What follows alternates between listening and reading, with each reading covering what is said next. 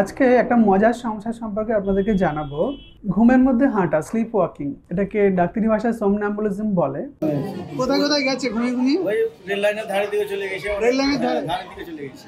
আচ্ছা, এই ওষুধ খেয়ে একদিন উঠেছে। ওষুধ খাওয়ার পরে ভালো আছে। হ্যাঁ।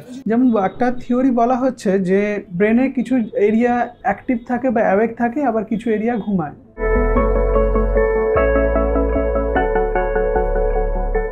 হ্যালো এভরিওয়ান, আমি doctor S K. Zaman, consultant psychiatrist, Calcutta National Medical College. আজকে একটা মজার সমস্যা সম্পর্কে আপনাদেরকে জানাবো। ঘুমের মধ্যে হাঁটা, স্লিপ ওয়াকিং, এটাকে ডাক্তারি ভাষায় somnambulism বলে। যিনি এই সমস্যায় ভুগছেন তিনি কিছুক্ষণ ঘুমানোর পর রাতে হাঁটা শুরু করেন। শুধু হাঁটাই নয়, হাঁটার সাথে সাথে আরও অন্যান্য কাজকর্ম করতে পারেন। সাধারণ ব্যবহার থেকে আরও কমপ্লেক্সের দিকে যায়। হাঁটার পরে দেখা যাচ্ছে অনেকে জামা কাপড় পরা শুরু করে, অনেকে রান্না শুরু করে, ইভেন ড্রাইভিং, অনেকে গাড়ি চালানো শুরু করে ঘুমান্ত অবস্থায়। সুতরাং বেশ ভয়ের ব্যাপারটা যারা এই সমস্যায় ভুগছেন। অনেকের ক্ষেত্রে অনেকেই ইনজুরির শিকার হন, পরে জানা যায় যে অ্যাকচুয়ালি তার somnambulism ছিল। এই somnambulism-এর সমস্যা যাদের ক্ষেত্রে হয় দেখা যায় 30 সেকেন্ড থেকে 30 মিনিট পর্যন্ত হতে পারে। মজার ব্যাপার হলো যে উনি ঘুমের মধ্যে হাঁটলেন বা ড্রেস আপ করলেন বা গাড়ি চালালেন, সেটা উনি পুরোটাই ভুলে যান, কমপ্লিট অ্যামনেশিয়া হয়ে যায়। যখন তাকে মনে করিয়ে দেওয়া হয় যে আপনি এরকম করেছিলেন, তখন তিনি পুরো হতভম্ব হয়ে যায় যে আমি এরকম করেছি। তিনি তখন বিশ্বাস করতে পারেন না। বাবা, কি নাম আপনার? মশুর রহমান। মশুর রহমান। মশুরের বাবা বলুন, কি অসুবিধা, কেন এসেছিল? রাত্রে ঘুমের উঠে চলে যাচ্ছিল বাইরে। আপনার 10-20 মিনিট পর আবার নিজের মনে চলে আসছিল। মানে কি ঘুমের মধ্যে হাঁটতো? হ্যাঁ, হাঁটতো। তুমি যে ঘুমের মধ্যে হাঁটতে তোমার মনে থাকে?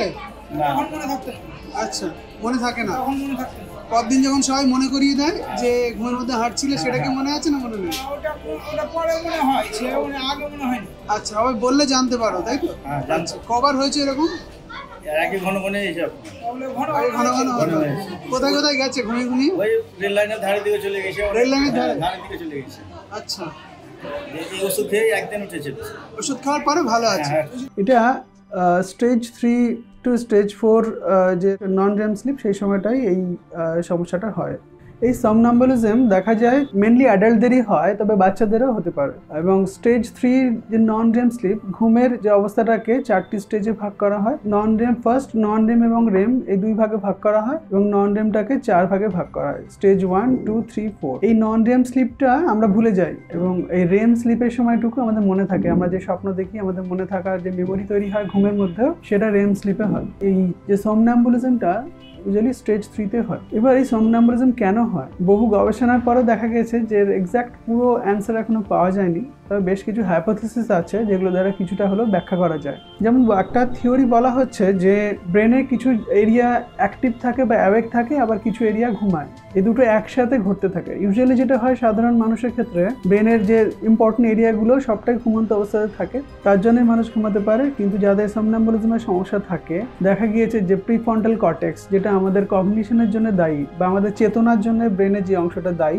সেই এরিয়াটা অ্যাওয়েক থাকে, মানে ওই এরিয়াটা ওই সময়টা জেগে থাকে। বা মোটর কর্টেক্স, আমরা যে হাত পা নাড়াচ্ছি, আমাদের শরীরের যে অ্যাক্টিভিটিগুলো করছি, ব্রেনের যে কর্টেক্সে যেখান থেকে চালিত হচ্ছে, সেটাও অ্যাক্টিভ থাকছে। বা পোস্টেরিয়র সিঙ্গুলেট কর্টেক্স, যেটা আমাদের ইমোশনের জন্য দায়ী, আমাদের যে হাসি কান্না ইমোশন যে জায়গাটা ব্রেন থেকে কন্ট্রোল হয়, সেই জায়গাটাও দেখা গিয়েছে যে এই somnambulism যাদের থাকে তাদের অ্যাওয়েক থাকে রাত্রেবেলা। ঘুমের মধ্যে ওই 3টে গুরুত্বপূর্ণ জায়গা জেগে থাকে। আবার ইন কন্ট্রারে উল্টো দিকে যেটা হচ্ছে যে হিপোক্যাম্পাস বলে আমাদের ব্রেনের একটা খুব গুরুত্বপূর্ণ জায়গা আছে, যেটা আমাদের মেমোরির জন্য দায়ী, আমাদের মনে রাখার জন্য, কোনো ঘটনা মেমোরাইজ করার জন্য এই হিপোক্যাম্পাসে মেমোরাইজ হয়।